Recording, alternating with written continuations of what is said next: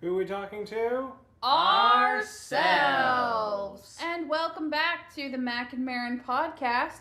Welcome to Disney Villain Pantheon episode 4. This is a time we take to rank and rate the Disney villains. Our villains are chosen from the Disney official villain wiki page, so that's where we're getting all these people from. And now, Justin is going to list off all of our tiers that we have gone over so far, just so we can have a recap of where everyone stands. So, and also, just for the record, we do not speak for the Disney company. All thoughts and opinions are our own. We don't speak for anybody else. We don't speak for the brand or the company. Yes. Also, these might move up and down depending on how we do future episodes. Yes. So for right now, for those of y'all who haven't seen our previous 3 episodes, why are you watching the 4th one? Go watch the previous 3. But for a recap, we have different tiers we put each villain. We have S tier, A tier, B tier, C tier, D tier, and F tier.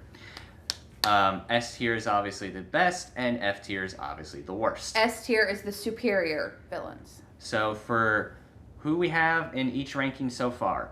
In S tier, we have Maleficent from Sleeping Beauty. We have Ursula from The Little Mermaid. We have Scar from The Lion King. Judge Claude Frollo from The Hunchback of Notre Dame.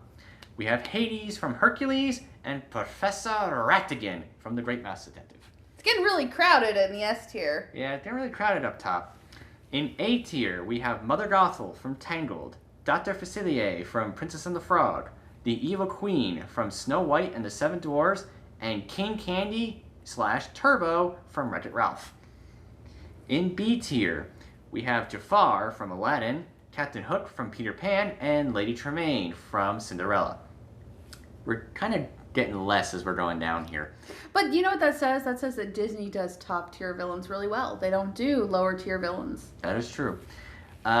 C tier, we have Cruella de Vil from 101 Dalmatians and Gaston from Beauty and the Beast. In D tier, or the Crazy Royal tier, we have Queen of Hearts from Alice in Wonderland and Prince John from Robin Hood. And finally, in F tier, all by himself, is Shere Khan from The Jungle Book. Now, technically, Shere Khan is only in F tier because he's not a villain. He's a tiger. He is just doing what tigers do. It is a weird thing talking about villains who are animals that speak.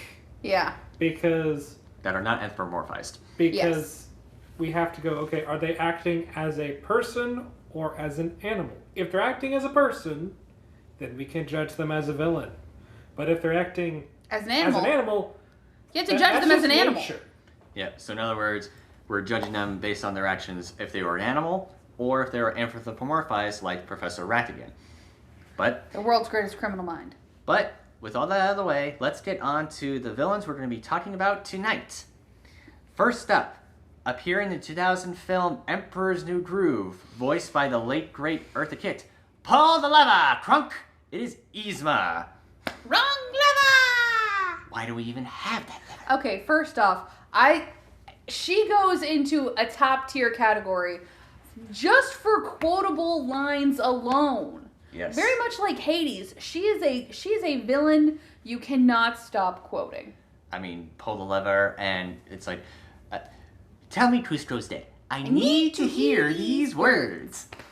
Is that my voice? Is that my voice? Oh, How'd you get back here before us? How did we, Crunk? Beat me. By all accounts, it doesn't make sense. Now that does raise a point, though. Yzma is only as good as her hench person, and she had the amazing Patrick Warburton playing Crunk, who really elevated her up. Yeah, he was the straight man to her sassiness. Yeah. I'm also, this is on Disney. This is not on Eartha Kitt. This is on Disney. When you're making decisions about what parts of the movie to cut out to save time, if the part you're looking at is a song sung by Eartha Kitt, it stays. That stays. Yeah. Why was that cut? Who Why? What was your thought process? Because the original song was about Yzma making a deal with the god of darkness or death to destroy the sun. And after they made it into a comedy, it didn't really fit their vision. So for those of you that changed vision. So those of you who don't know, The Emperor's New Groove was actually called Kingdom of the Sun originally, and it was supposed to be like a traditional Disney film, about Emperor Cusco and his rise to become a better person. And Yzma was like the traditional villain who gets a villain song, but at some point in production, they switched gears, cut the song out, and now it's a buddy comedy. I mean, it's a great buddy comedy. Oh, I yeah. love it. It's basically wonderful. Disney took a sledgehammer to the plans. Yeah. Make the plan, execute the plan. The plan went off the rails. We threw away the plan completely.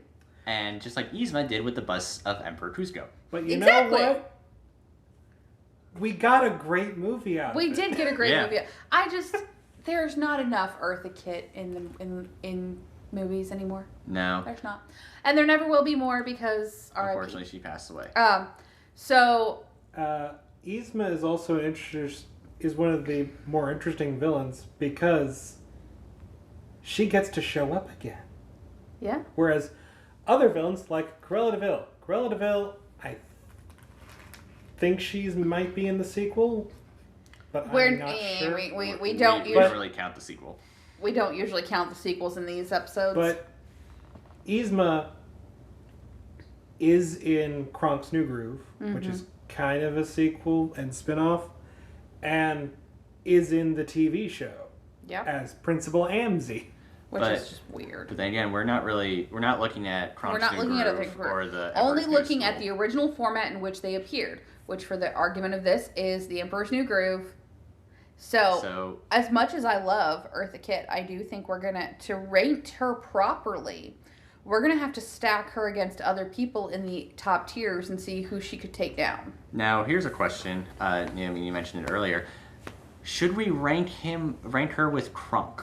Or just Kronk her on her own? is not a villain. I will die I know on he's not a that villain, but like you said earlier, Kronk is a hench person. He's a hench person, but all the best lines are with him. He's also a junior chipmunk. Yep. Are you talking to that squirrel? It's not all about you. I think we rate her as her own individual, not with Kronk, even though not all of her good lines are with Kronk. I mean, remind me how you're related to Pacha again. Well, I'm hurt. I can't really remember the or whole with line. when she's dealing with the little kid, you're not really my great aunt. You're more like my great. All right, are you through? Great aunt. Yeah. Or you really should have thought of that before you became peasants. I mean, that's when we first meet her. Oh yeah. So not all of her great moments are with Kronk. Kronk is always there, but I think she could stand on herself. Okay. Let's go over her big evil moments throughout the film. Okay, so first off, she's mean to the poor people. Yeah. Well, so is Cusco. Is everybody. But that's not exactly now, evil enough. To be fair to Cusco, and this is very thin because at the beginning of the movie, he is insufferable. But insufferable in a good way. Insufferable means you want to see something bad happen to him, but at the same time, not insufferable as in he's a bad character. He's insufferable for plot development. Yeah. He's a and spoiled also, brat. we could argue that Yzma wouldn't have been so bad had she not been let go. Yeah. Or had she had a better emperor to serve. Yeah. Well, was she this murdery before with Cusco's father? Probably. Well, we don't see Cusco's Probably. father, so that does raise some questions about what happened to him. Yeah. Or the mother. So she's mean to the peasants. She's impersonating the emperor. She's doing all When we this stuff first meet her, she's impersonating the emperor. behind Cusco's back, and then, she annoys Cusco to the point where he fires her. And then she tries to kill him. But accidentally Turns him into a llama. And sends Kronk to essentially throw him over the river. Because we can't just cut his head off right here and now while he's knocked out. It's a kids' movie. film. A family picture. And then she finds out that he's still alive, she goes after him. On a long, epic buddy adventure with Kronk. Yep. And then eventually they meet back up and tries to kill Cusco again. Eventually gets turned into a cat, and then her plan is foiled. And then she becomes a junior chipmunk. Yep. By the way, in case you haven't seen this movie, the junior chipmunks are like this universe's version of the Boy Scouts. Who can talk to squirrels. Squeak, squeakity, squeak. Squeak it. Alright. So let's go and talk about who she's obviously much better than. She's obviously better than Shere Khan. Yeah. She's obviously better than the Crazy Royals. Yes. While she wants to be a royal herself, and she is for a short time, she actually has more to her than just that. Yeah. Is she better than Cruella de Vil and Gaston? Well, I mean, she's not wanting to make a coat out of puppies. True. She offers the one guy who gets turned into a cow to go home. Yeah, she's actually a decent... Okay, problem though with this. Are we ranking these villains as their evilness level or their superiorness as a person? Because, yeah. Hey, a good villain can be both horribly cruel to their enemies and great to their henchmen. I know, but as I'm looking at the list, I'm like, you know what? She's probably not going to go as high as I originally thought she would. So here's the ultimate question, though. We have next, obviously, is B tier, which has Jafar, Captain Hook, and Lady Tremaine. Is she better or on the same level as those three? I would say she's better than Lady Tremaine. I would say she's better than Jafar. Because she has her secret lab, which is not secret, but her stuff works. Mm-hmm. Jafar really only had that one trick going for him. Hypnotize. Yeah. And if that didn't work, hopefully find a magical And Lady Tremaine didn't have any trick at all. Solve all of it. She was just mean. Whereas Yzma, for somehow, we don't know how, managed to develop a secret lab where she can turn anyone into anything with a vial that's like the size of your hand at best. And you don't even have to drink it. You can just get thrown at you. Now, here's the question, though. Jafar does turn into a giant snake at the end, which is a very cool scene. But we did not give him points for last minute cool factor. No, but it's like turning into a giant snake versus a cat. I mean, she accidentally turned into a cat. Even after she was a cat, she was still threatening. I mean, she was... Hello? So was the giant snake. We have 3 cats, Colin. Point to one of them that has not been threatening. Rogue.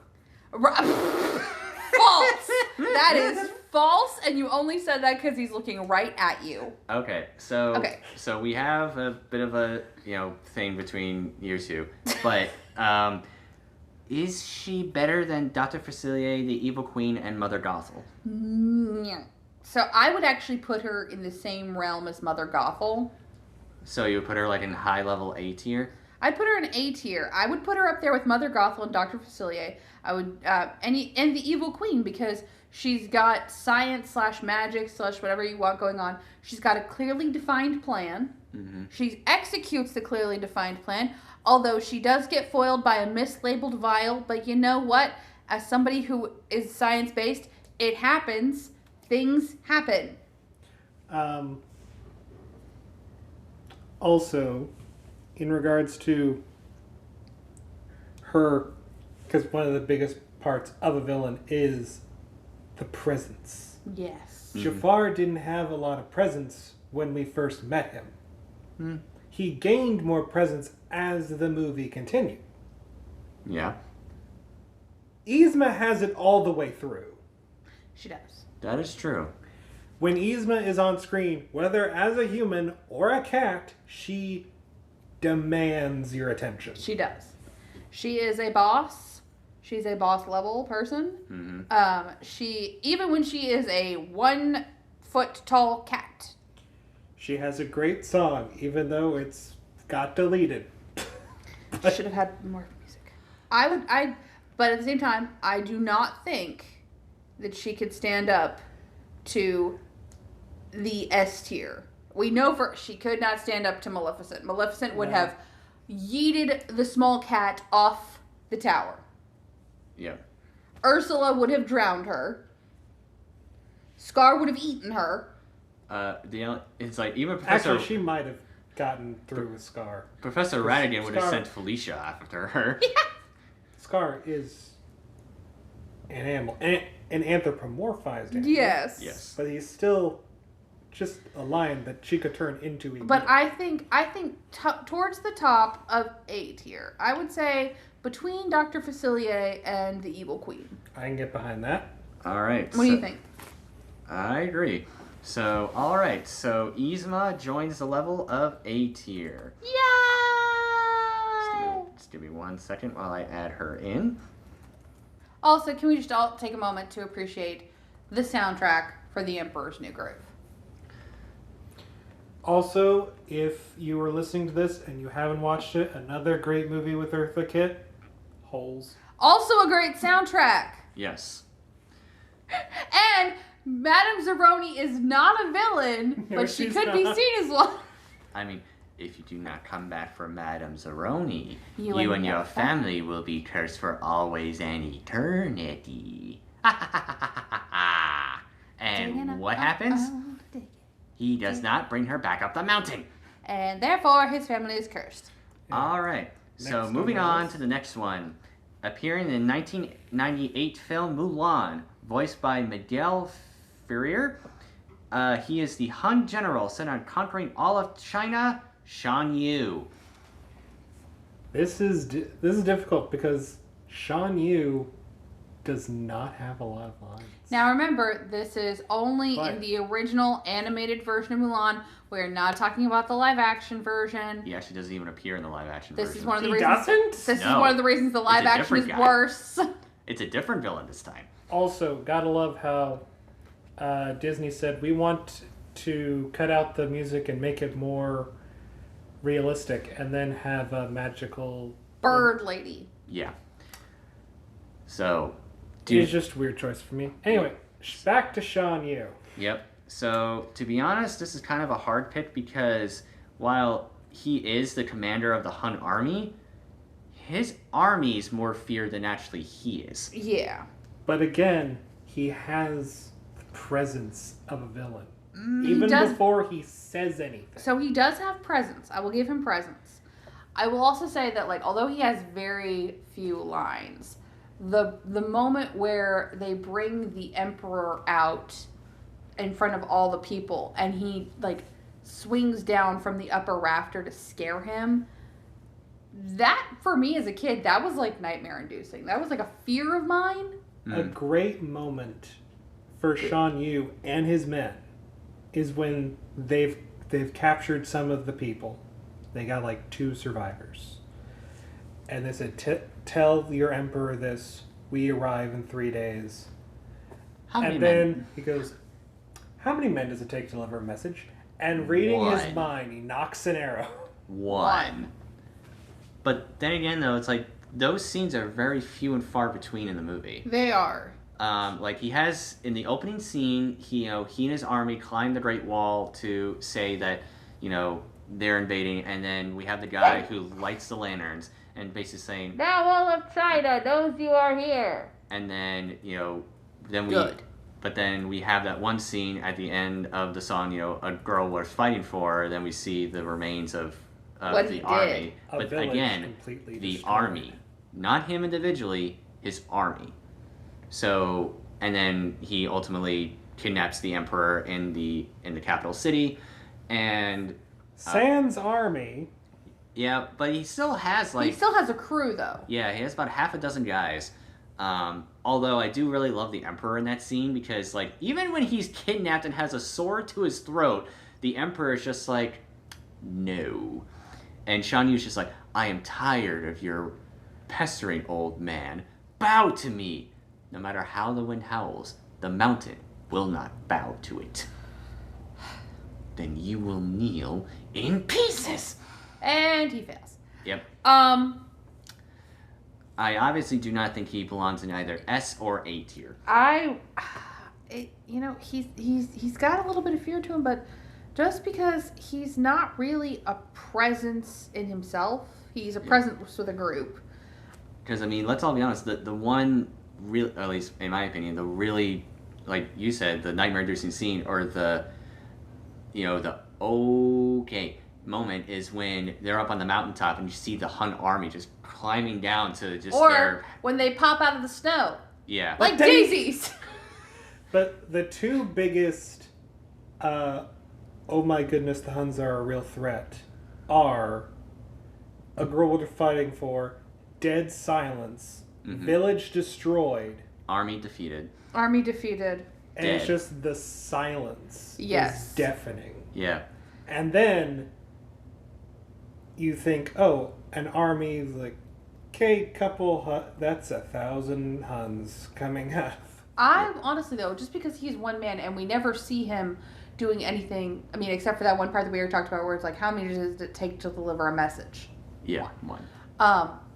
Honestly, because he relies so heavily on the army, and even when he's not relying on the army, his little 6-man ragtag group, I would say I'd have to put him in like high C tier.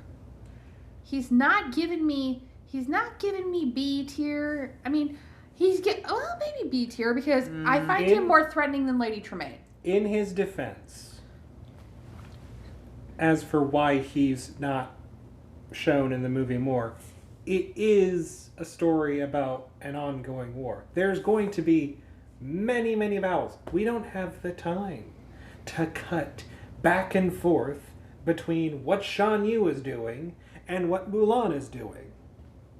Well, we could, but this movie was made back before everybody thought movies had to be almost 3 hours long. Yeah, this was only made to be an hour-and-a-half movie. Yeah, but even when he has like half a dozen men. Mm-hmm. Yeah. In the end, it's just him versus Mulan. And he is still a threat by himself. Side note, have you seen the fan theory about Shan Yu with like how yellow his eyes are? That he probably, because everyone's like, how did he get defeated by a girl? Like, how did he not realize Mulan was a girl until the very end? And and they're like, the yellowing was probably the result of some medical condition, and he's partially blind.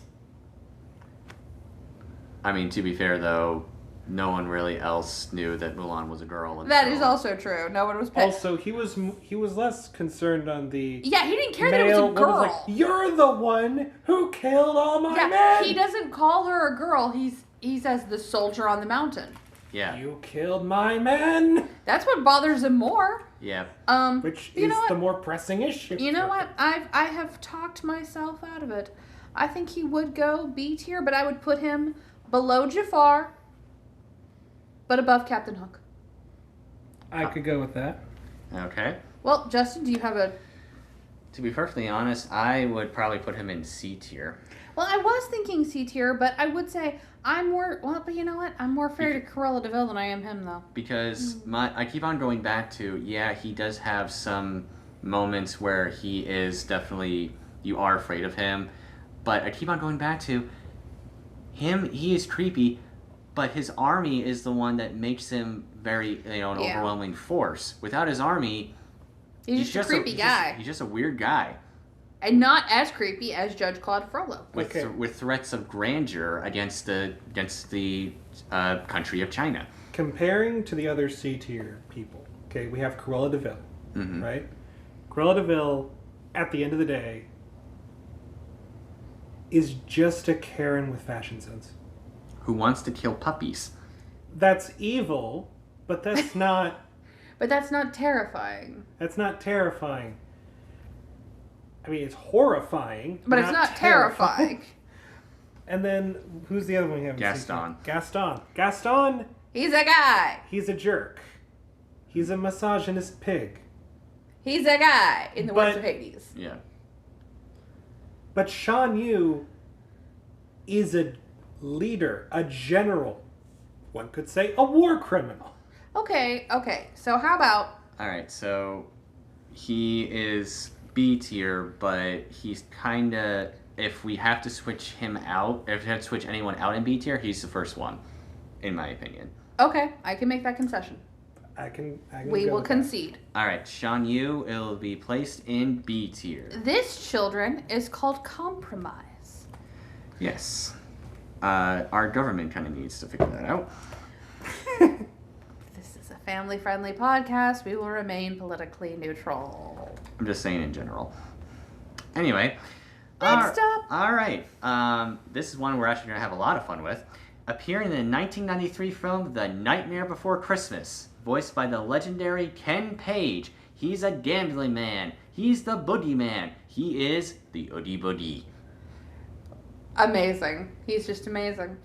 I would like the record to show that it was actually a panel that we went to. Not that we did, but we went to a panel at Oklahoma City GalaxyCon two years ago? 2 years ago. 2 years ago. And they were ranking Disney villains, or they were kind of doing like, if a Disney villain fought another Disney villain, who would win? Kind of like a tournament style fight. Tournament style fighting.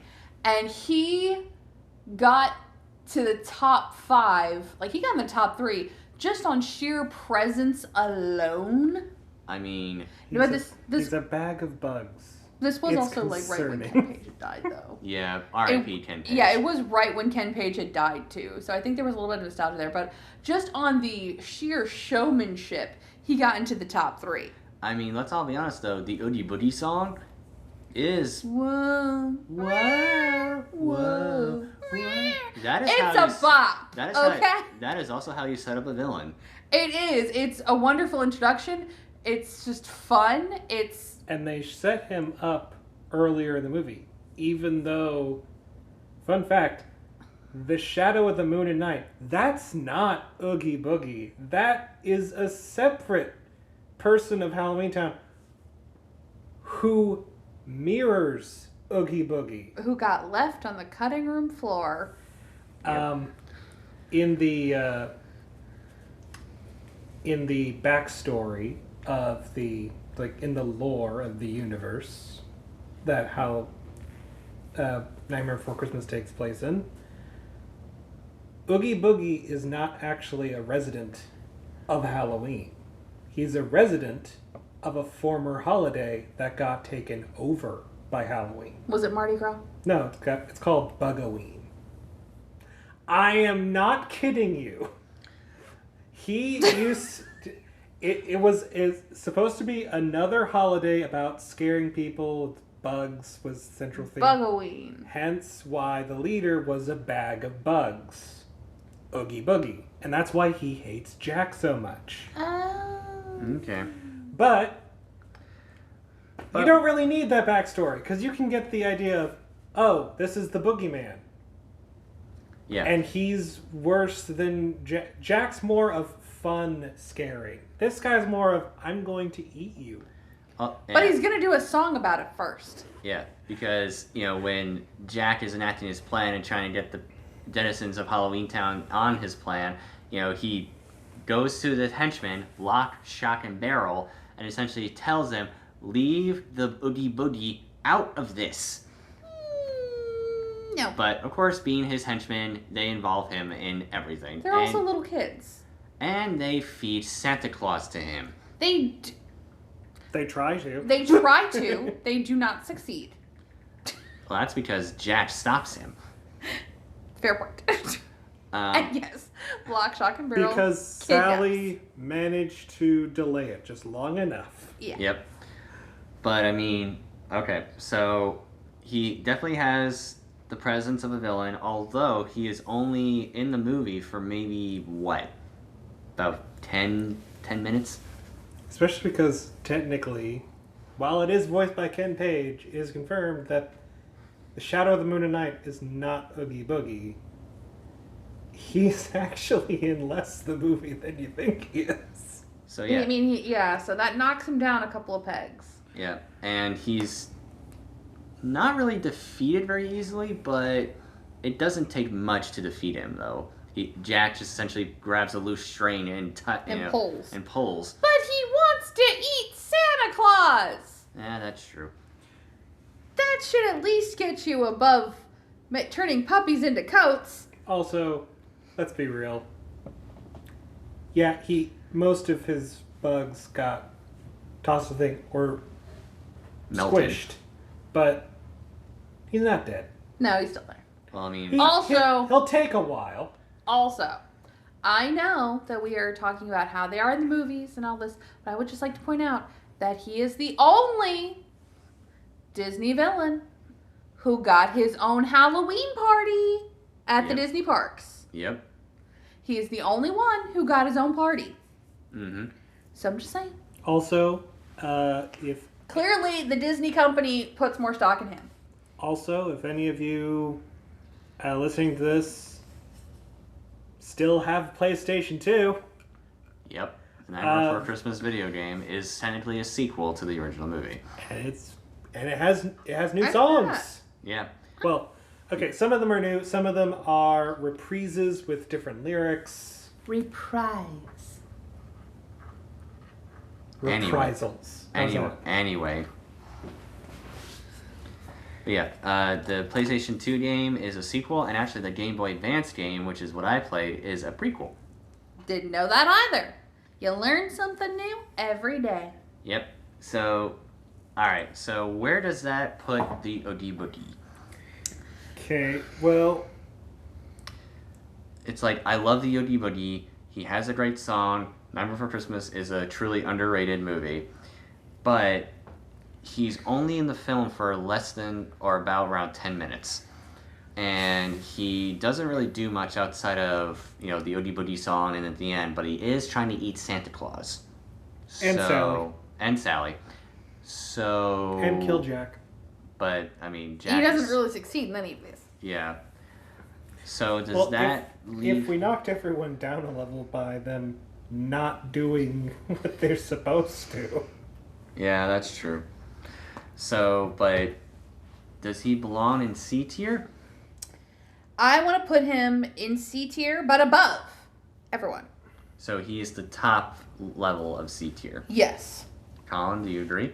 I would say low B tier. Okay. Why? All right, question for you. Oogie Boogie versus Lady Tremaine. Oogie Boogie wins. Justin? I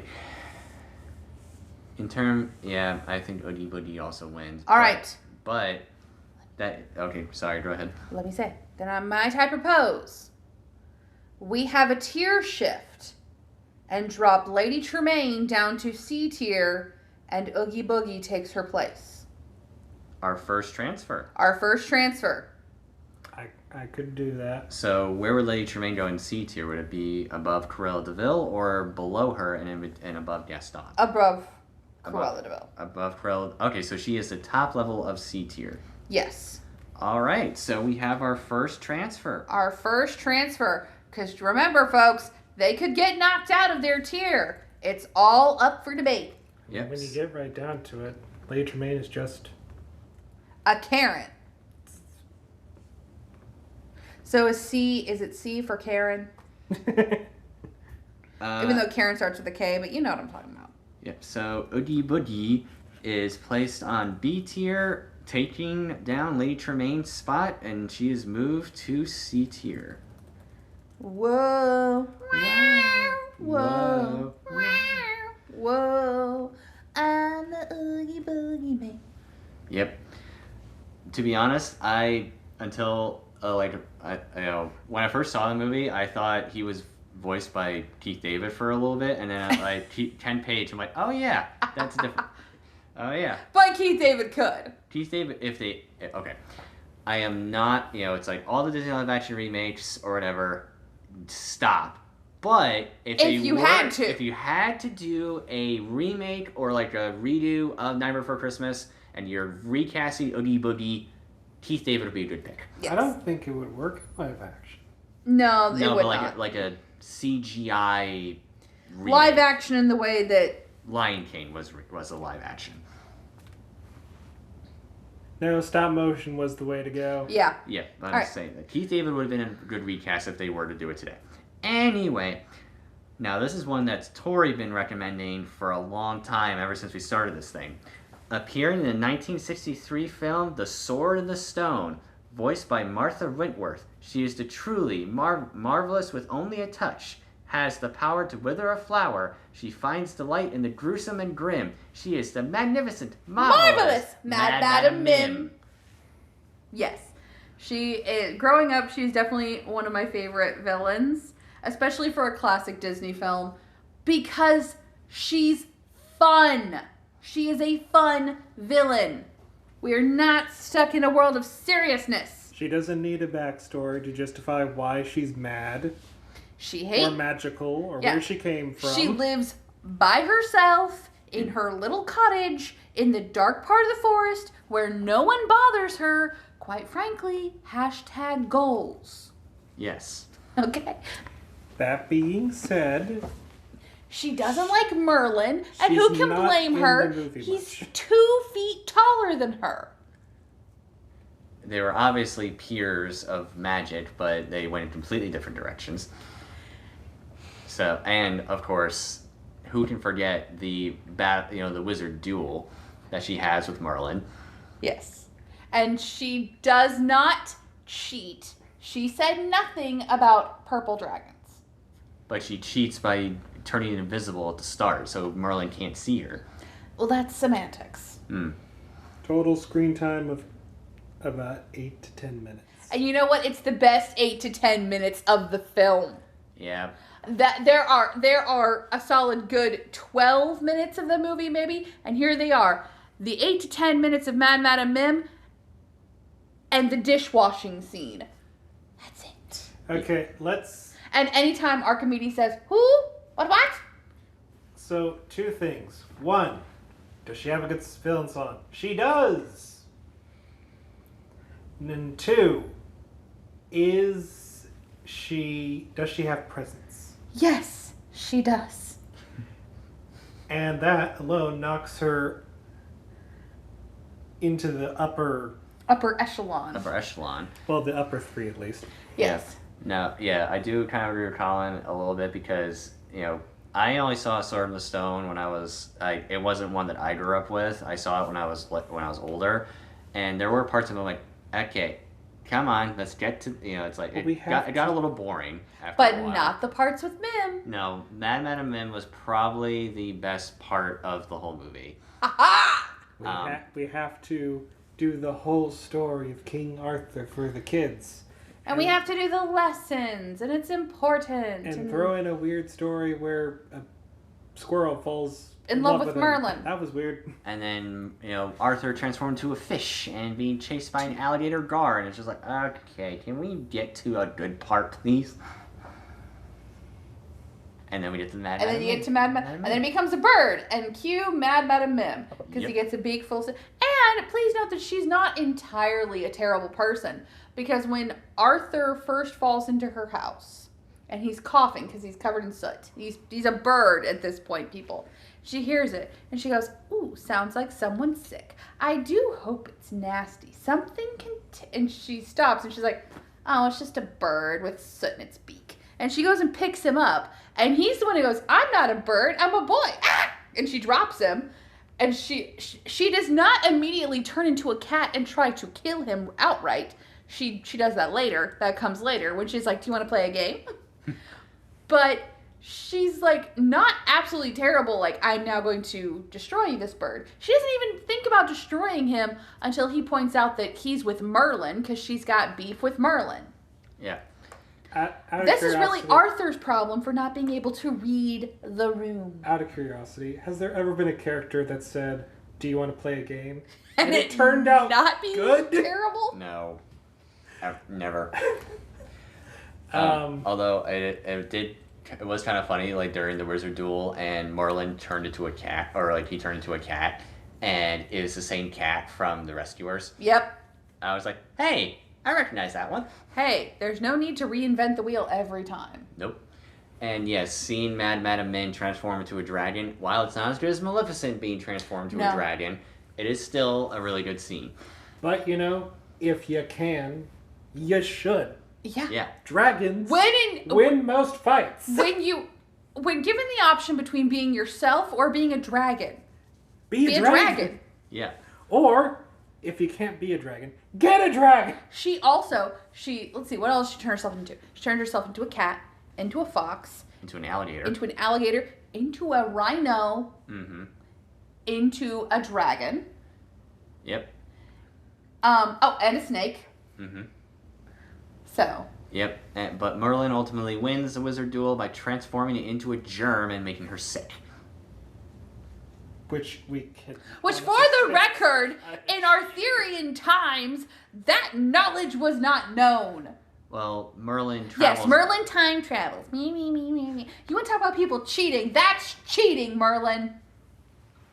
If you say so. She's over here playing by the actual century's rules. Yes! He pulls out the I'm a germ. medical journal from the 2000s. He takes her out, not with COVID, but pretty much with COVID. Because she gets, well, not COVID, because it's chickenpox. It's chickenpox, essentially. And he's like, you're going to get spots, you're going to get hot and cold flashes, and all this stuff, and you're going to have to stay in bed. And then she gets in bed, and she just wants to be left alone. That's all she wants, is to be left alone. And what does Merlin do? First off, he pokes a hole in her roof, creating a skylight. She is sick in bed, and he has put a hole in her roof. That is not a good guy, okay? So justice for the roof for Mim. Oh, to be honest, I think Merlin also, he was fine up until the scene where, Arthur has an opportunity to be king, and he just gets all sore about it, and essentially I'm going to travel to Bermuda, and then flies off.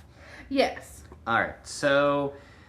where do we put Madam Mim? We obviously, Tori really wants to put her in the upper echelon. She's also magic, so we gotta rank her that ranks her up. The magic.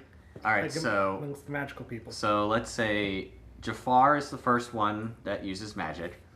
Definitely she would have killed him. He needed a genie's power to turn into an actual sorcerer and turn into a snake. She would just turn into a snake. She just became a snake. Is she more powerful than the evil queen?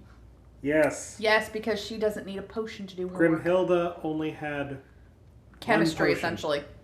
Okay. And just one thing, the poison apple. Other than that, she got butt kiss. What about Yzma or Mother Gothel? And you're definitely more. Oh yeah, and Facilier. Sorry. Okay, I know we just put Yzma in here, and I love Yzma. And I love Mim, but I'm gonna say that Facilier is gonna beat Mim because he's got friends on the other side, and that's something that Mim does not deal with. No, she just deals with pure magic. However, Mim has power, innate power. This is true. Facilier's power is borrowed. Yes. And at a price. Anytime he meets something that he cannot fight against, he has to bargain for more. Mm-hmm. Time, which he won't have because he will be eaten by Mim as a dragon. I'm so proud my brother defending one of my favorite characters. So, does that mean she goes into the A tier slot? Okay, Mim versus Mother Gothel. Mim. Yeah. All right, Mim versus... Okay, so that puts her at the top of A tier. But Mim versus Ratigan. Ratigan. He's got the better song. He's got the better song. Yeah. So Mim is the top of the A tier. All right, so she's the magnificent, marvelous Madam Mim. Also, maybe we want to stretch out any villains that can turn into dragons amongst other. We can't put them all in S tier. I mean, we could. All right, so we have one more villain we're going to talk about tonight, but let's do a recap of where they are. So we just put Madam Mim at the top of A tier. We also put Yzma in A tier. Sorry, she is below Dr. Facilier, but above the evil queen. We put Shan Yu in B tier. And then we transferred Lady Tremaine from B to C in order to put the Oogie Boogie in her slot. Alright, so the last villain of the night. Appearing in the 1990 film The Rescuers Down Under, voiced by the legendary George C. Scott. He is the most nefarious poacher in the Australian outback, a man who would consider Steve Irwin a threat, Perceval C McLeach. Now I have to bring this up. This is a sequel. This is a sequel. But it's a theatrically released sequel. Yes. It's not a straight to VHS sequel. It's part of the Disney Renaissance.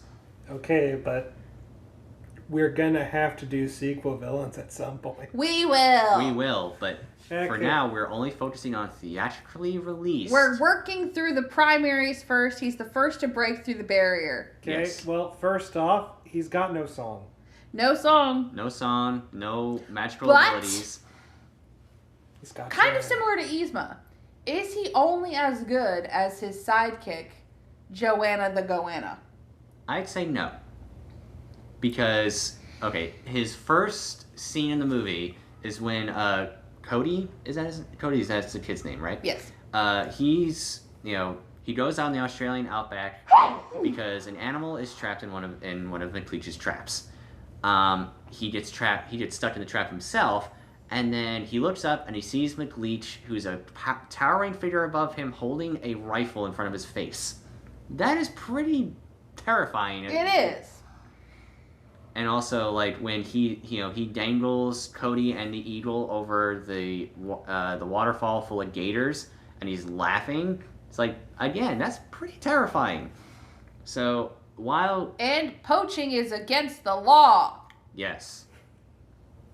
So was murder. Yes, but no, just the fact that they took the time in the movie to have, Cody to have the line, poaching's against the law. Yeah. Ensuring that all 90s kids, it was ingrained in our brain. Poaching is against the law. Yes. Which is why I also added a little tidbit about Steve Irwin would consider him an enemy. Oh, yeah. Steve Irwin would have, there's a movie I would have paid to see. Steve Irwin versus McLeach. Now, Roundhouse kick. there is one big problem with ranking him, and that is he's just a hunter. Yes. With a tricked out rig, though. Poacher. He's a poacher with a tricked out rig. He's